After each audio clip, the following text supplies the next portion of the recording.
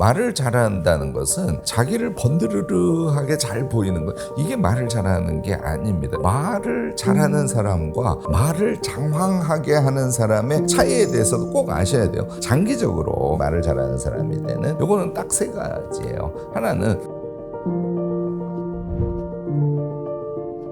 안녕하세요. 책과 삶 구독자 여러분들, 이렇게 만나 뵙게 돼서 너무너무 반갑습니다. 저는 무엇이든 세 가지로 가르쳐드리는 명지대학교의 김익환 교수라고 합니다.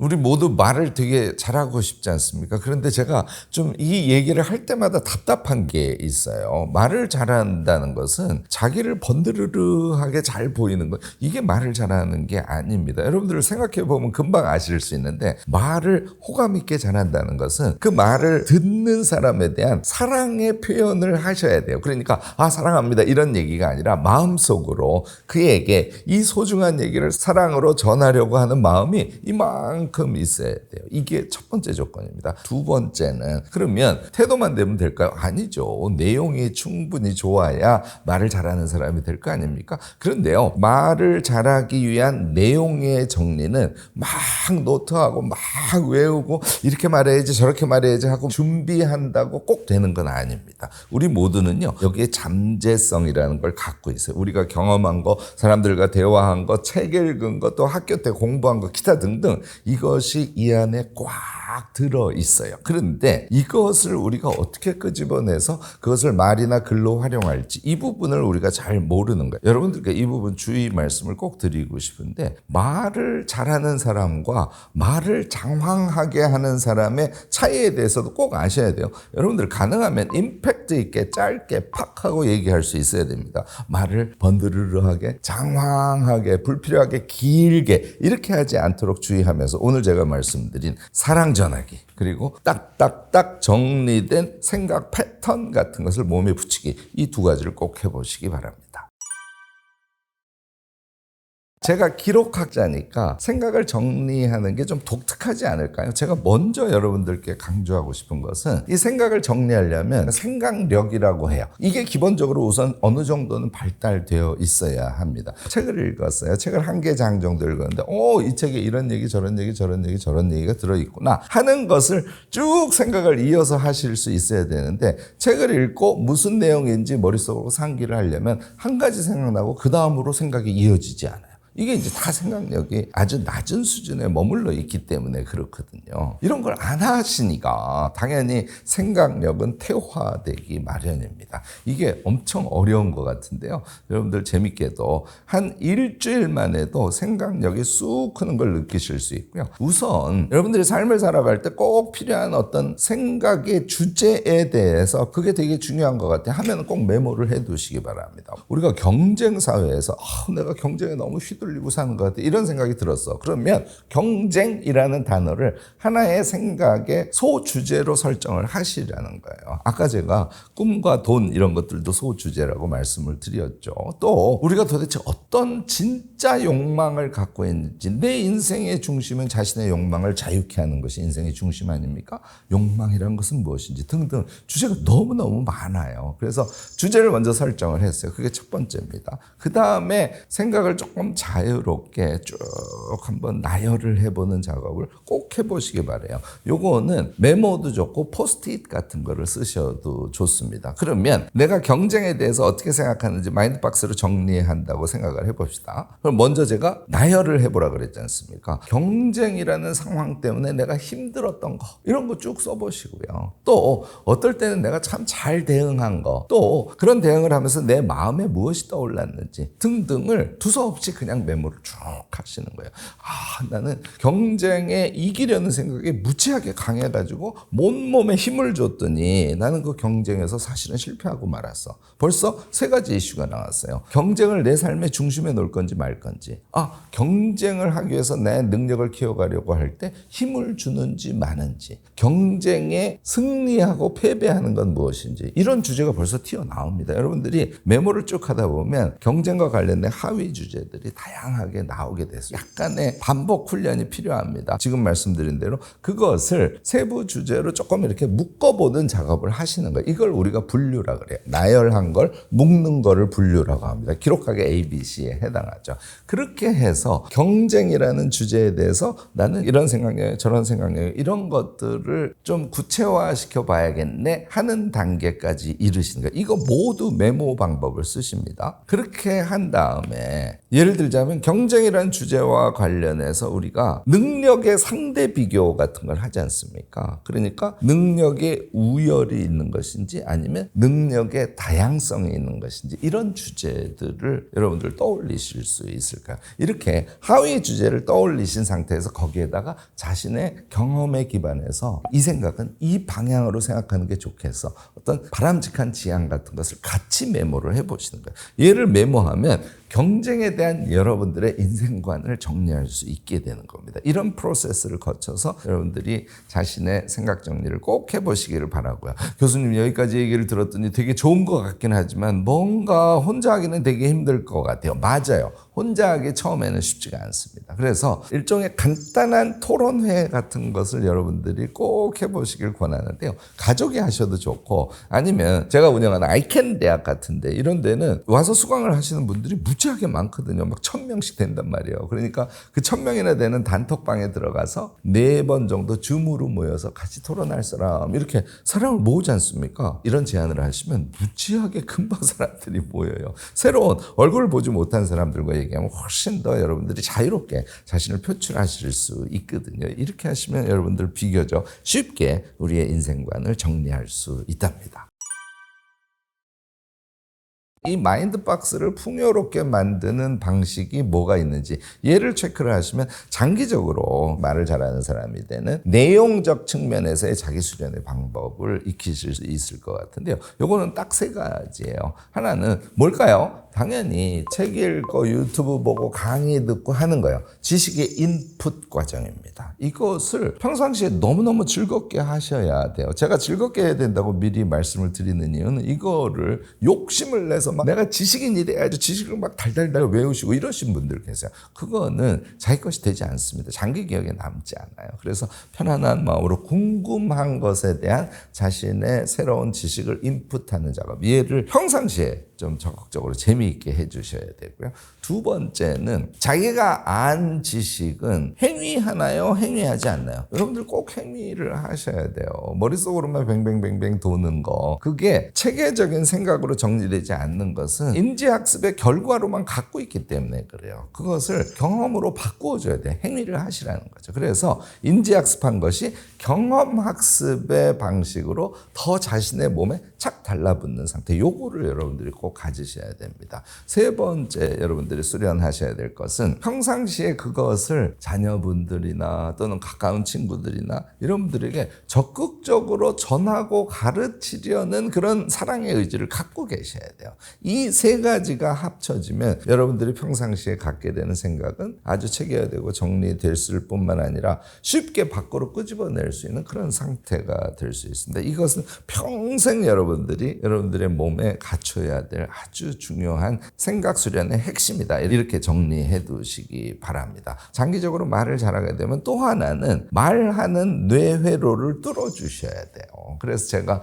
항상 3가지로 정리해서 말하는 것을 저도 연습하고 여러분들께도 권하는 거 아닙니까? 요거는요, 일주일 정도씩만 간헐적으로 해주시면 되는데요. 낮 시간에 아무거나 질문을 던지세요. 내가 이번에 제주도로 여행을 가려고 하는 이유는 뭐지? 이렇게 질문을 써주시는 거예요. 내가 어떤 사람을 그저께 만났는데 그의 태도에 대해서 굉장히 기분이 나빠서 그런데 그 기분 나쁜 감정이 내 마음을 떠나지 않네. 그 기분 나쁜 감정이 내 마음을 떠나지 않는 이유는 뭐지? 이렇게 아무거나 괜찮아요. 질문을 지금 말씀드린 것처럼 그냥 낮 시간에 1-2개를 메모해 두시고 그거에 대해서 저녁에 혼자 앉아있는 시간에 3가지로 말하기를 그냥 해보시는 거예요. 아무런 준비 없이 하셔야 됩니다. 제주도 같으면 나는 제주도에 가면 풍경이 아주 이국적이고 아름다워서 내 마음이 완전히 리프레시 되는 것을 느끼기 때문에 난 제주도를 가려고 하고 나는 여행을 하면서 책도 읽고 혼자 사색도 하는데 그렇게 하기에 최적인 카페 실패들이 너무너무 많아서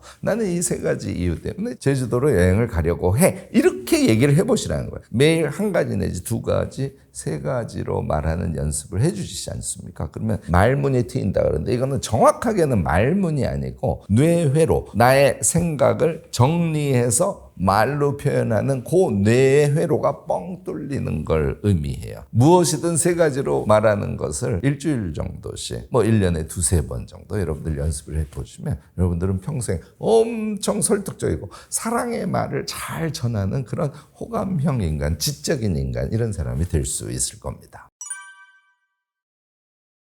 제가 이 부분이 너무너무나 답답했던 것인데, 그러니까 잠재성 안에 생각의 재료들은 무지하게 많이 갖고 있는데 얘를 딱딱 정리를 안 해놓으니까 자기의 생각이 사실은 무엇인지를 모르는 거예요. 그 상태에서 한국 사회가 이놈의 서열 사회지 않습니까? 특히 대학 서열 사회지 않습니까? 그런데 대학 서열하고 그 사람의 생각의 능력 또는 문제를 해결하는 능력, 이것은 일치하지 않습니다. 그런데 서열 사회에 있고 자기 생각은 잘 정리가 안 되고, 그러니까 나는 생각이 없는 사람, 나는 생각을 잘 정리하지 못하는 사람, 나는 문제를 체계적으로 생각해서 잘 풀어가지 못하는 사람, 요컨대 실력이 없는 사람, 이렇게 자기를 폄하하는 그런 경향이 우리 사회에 너무 만연해 있어요. 이거 완전히 틀리는 얘기예요. 그래서 저는 우리가 잠재성으로 갖고 있는 것을 딱 정리할 수만 있다면 우리 자신에 대한 자괴감이나 내가 능력이 없어 이런 생각에 안 빠질 수 있다고 확신해요. 그래서 제가 이번에 마인드박스라는 개념을 들고 나온 거예요.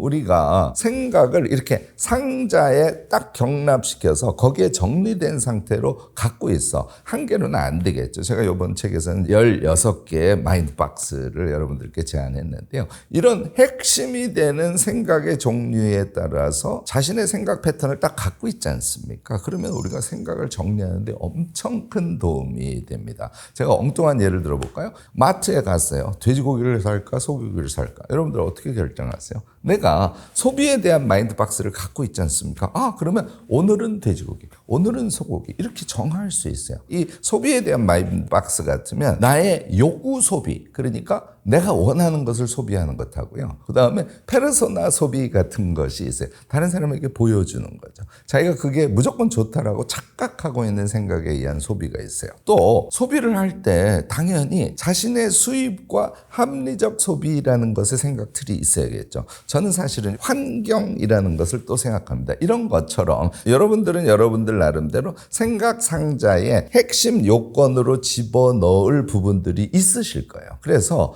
제가 이 책에서 저의 생각 박스를 예시로 보여드린 겁니다. 나의 소비의 마인드 박스는 이런 측면, 이런 측면, 이런 측면을 집어넣어서 내가 무엇인가를 소비할 때 하나의 정리된 생각의 틀로 작동할 수 있도록 해야지, 이렇게 한번 해보시라는 거예요. 사실 이 마인드 박스가 있으면 생각이 그 틀을 기반으로 해서 자유로워질 수 있는 거가 무지하게 중요합니다. 여러분들 생각이 정리되지 않았다. 이유는 나의 잠재성이 액체처럼 그러나 엄청 풍부하게 이 안에 있어. 고체처럼 딱 하나의 정형화된 자기의 생각의 틀로 만들어 놓고 그 틀을 통해서 자신의 잠재성을 표출하지 않습니까? 생각이 넓고 깊고 그러면서도 자기답게 될 수 있어요. 여러분들 꼭 이렇게 생각을 정리하는 삶을 살기 바랍니다. 제가 기록학자로서 명시화의 기법으로 자신의 생각을 정리하는 방법을 알게 된 거거든요. 그것을 여러분들께 정말 사랑으로 전하고 싶은 것인데요. 생각 상자를, 마인드 박스를 쭉쭉쭉 정리해 가시면 뭐가 된다고요? 메타인지. 내가 무엇을 욕구하는구나. 나는 소비에 대해서는 어떤 생각을 갖고 있구나.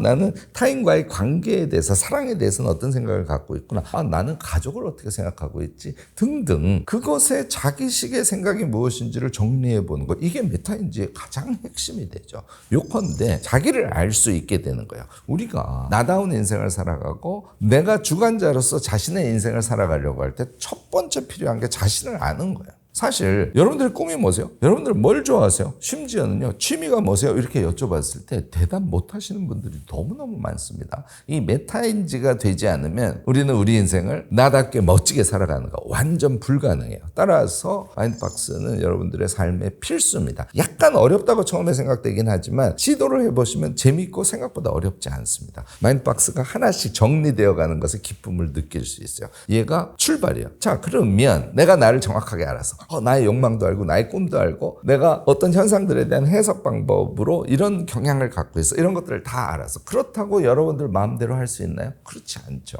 우리를 휘두르는 게 이 세상에 얼마나 많습니까? 윤리체계도 우리를 휘두르죠. 직장 상사도 우리를 휘두르죠. 사랑이긴 하지만 우리 엄마도 우리를 휘두르지 않습니까? 또 배우자 휘두르죠. 심지어는 자식이 우리를 또 휘둘러요. 그러니까 우리를 우리로서 인생의 주관자로서 살 수 있게 하는 환경이 아닌 측면이 되게 많다. 이걸 잊으셔서는 안 돼요. 그러니까 마인드박스가 완전히 확립되어 있다고 하더라도 그것을 중심으로 자기 주관에 의해서 판단해서 행동하는, 무엇에도 흔들리지 않는 삶을 살아가기는 정말 어렵다는 거. 이것도 여러분들이 꼭 아셔야 돼요.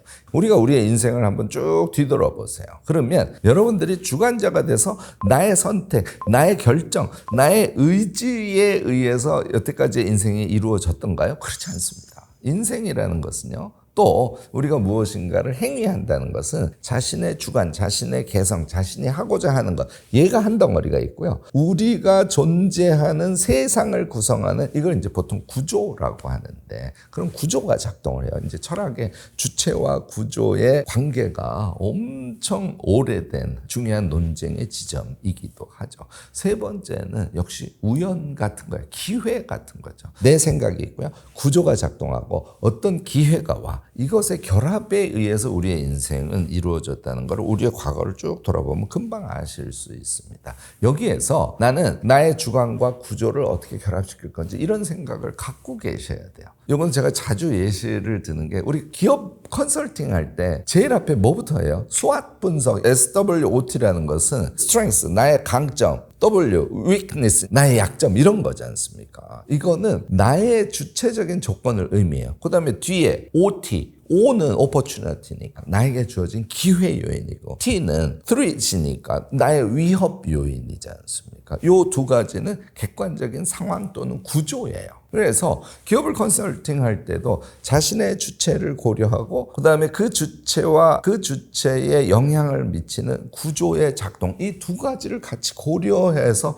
컨설팅의 결과, 전략 컨설팅의 방향성, 이런 것들을 내지 않습니까? 우리 인생이 똑같다는 거예요. 여러분들 앞으로는 그래서 자신의 주체의 조건, 내가 뭘 잘하지, 뭘 하고 싶지, 내가 이걸 할 때는 사실 이런 약점을 내가 사실 갖고 있지, 내가 이건 잘 못하네, 이런 것들을 정확하게 파악을 하시고, 그 다음에 나에게 현재 주어진 기회 요인은 뭐고, 내가 그거를 하고자 하지만 그것을 하려고 할 때 나에게 작동하는 위협 요인은 뭐지, 이런 것들을 자주 생각해 보는 그런 습관을 가지시면 여러분들이 구조에 휘둘리고 사는 것이 아니라 구조를 또는 환경을 자기에 맞게 해석하고 분석해서 그것을 자신의 주체적인 어떤 방향이나 욕구나 그런 것들과 잘 믹스해서 선택적으로 행위를 하게 될 거 아닙니까?